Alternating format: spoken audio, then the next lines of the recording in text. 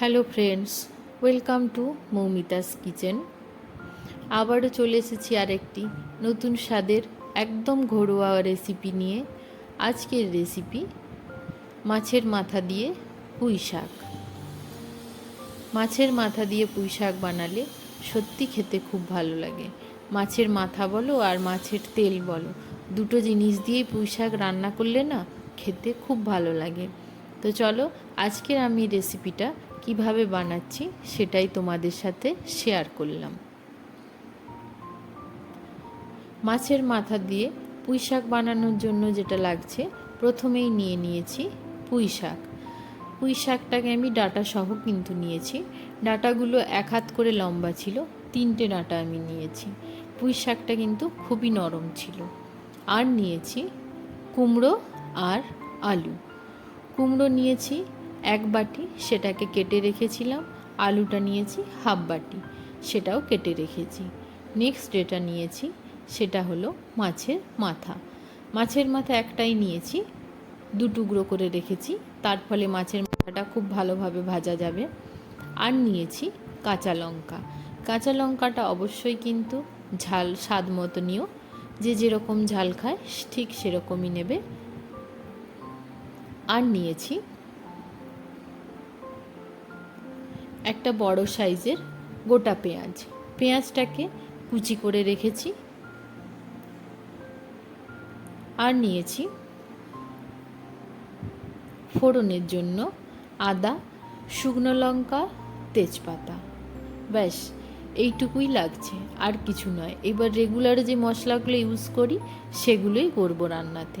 কড়াই বসিয়ে দিয়েছি। কড়াই বসিয়ে এতে দিয়ে দেব বেশ কিছুটা তেল। তেলটা দিয়ে খুব ভালোভাবে গরম করে নেব। তেলটা খুব ভালোভাবে গরম হলে এর মধ্যে মাছের মাথাগুলো দিয়ে উল্টে পাল্টে ভেজে তুলে নেব। ওই কড়াইতেই আমি দিয়ে দিয়েছি ফোড়নে 5 ফোড়ন, শুকনো লঙ্কা, তেজপাতা। ফোড়নটা ভাজা হলে দিয়ে দিয়েছি পেঁয়াজটা। পেঁয়াজটা একটু কালার চেঞ্জ হলে দিয়ে দিয়েছি আলু আর কুমড়োটা। এখানে একটু ভিডিওটা আমার স্কিপ করা হয়ে গেছিল, সেই জন্যই ফোড়নটা আমি দেখাতে পারিনি, তার জন্য এক্সট্রিমলি সরি। চলে যাচ্ছি নেক্সট স্টেপে। আলু কুমড়ো সবগুলোকে একসঙ্গে খুব ভালোভাবে ভেজে নেব। দিয়ে দেব স্বাদ মতো লবণ। লবণ দিয়ে নেড়ে নেব। এর মধ্যে দিয়ে দেব 1 চামচ গ্রেট করা আদা। তোমরা চাইলে আদাটা কিন্তু পেস্টও দিতে পারো, আমি কিন্তু গ্রেট করা আদাই ইউজ করেছি। 1 টেবিল চামচ আদা। আদাটা দিয়ে আবার একটু নাড়িয়ে নেব। আঁচটা কিন্তু লো টু মিডিয়ামে রাখবে। খুব আঁচে দিলে পুড়ে যাবে, ভালো ভাজা হবে না, সেক্ষেত্রে লো টু মিডিয়ামে আঁচটা রাখবে। নেড়ে চেড়ে খুব ভালোভাবে ভেজে নেব। এরপরে দিয়ে দিলাম মাছের মাথাটা। মাছের মাথাটাকে আমি ভেজে একটু ভেঙে দিয়েছি, সেই মাছের মাথাটাকে দিয়ে দিলাম। দিয়ে নাড়িয়ে চাড়িয়ে মিশিয়ে নেব।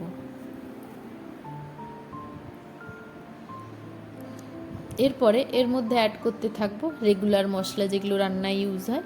দিয়েছি 1/2 টিস্পুন মতো হলুদের গুঁড়ো, 1/2 টিস্পুন ধনে গুঁড়ো, 1/2 টিস্পুন জিরে গুঁড়ো। ব্যাস সব কটাকে দিয়ে এবারে খুব ভালোভাবে মশলাটা একটু কষিয়ে নেব, অবশ্যই কিন্তু আঁচটা লোতে রেখে। এর মধ্যে দিয়ে দেব পুঁই শাকটা। পুঁই শাকটা দিয়ে খুব ভালোভাবে নেড়ে চেড়ে নেব। একে অপরের সাথে খুব ভালোভাবে মিশিয়ে নেওয়ার পরে রান্নাটা অল্প আঁচেই করতে থাকবো। আর মাঝে মাঝে এরকম নাড়াতে থাকবো যাতে তলায় না ধরে যায়।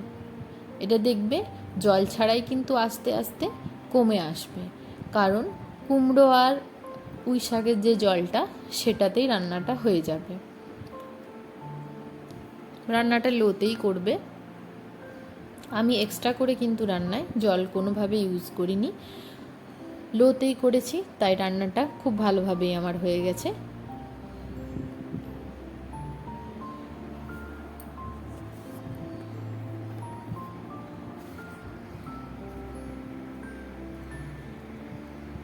এরপরে এর মধ্যে এখানে অ্যাড করে দেব ধনে, জিরে আর মৌরি।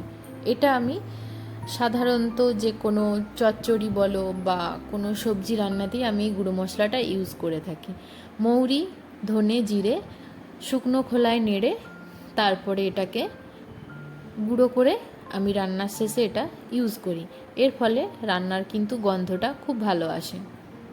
রান্নাটা আমার অলমোস্ট কমপ্লিট, দেখতেই পাচ্ছ। এরপরে এটাকে নামিয়ে নেব একটা পাত্রে। আজকের এই রেসিপিটি তোমাদের কেমন লাগলো প্লিজ কমেন্ট করে জানিও। যদি ভালো লেগে থাকে অবশ্যই লাইক করো, কমেন্ট করো, শেয়ার করো। চ্যানেলটা যদি ভালো লেগে থাকে অবশ্যই সাবস্ক্রাইব করো। আরও নতুন নতুন রেসিপি জানার জন্য ফলো করতে থাকো মৌমিতাস কিচেন। আজকের মতো এই পর্যন্তই। সবাই ভালো থেকো, সুস্থ থেকো, সাবধানে থেকো।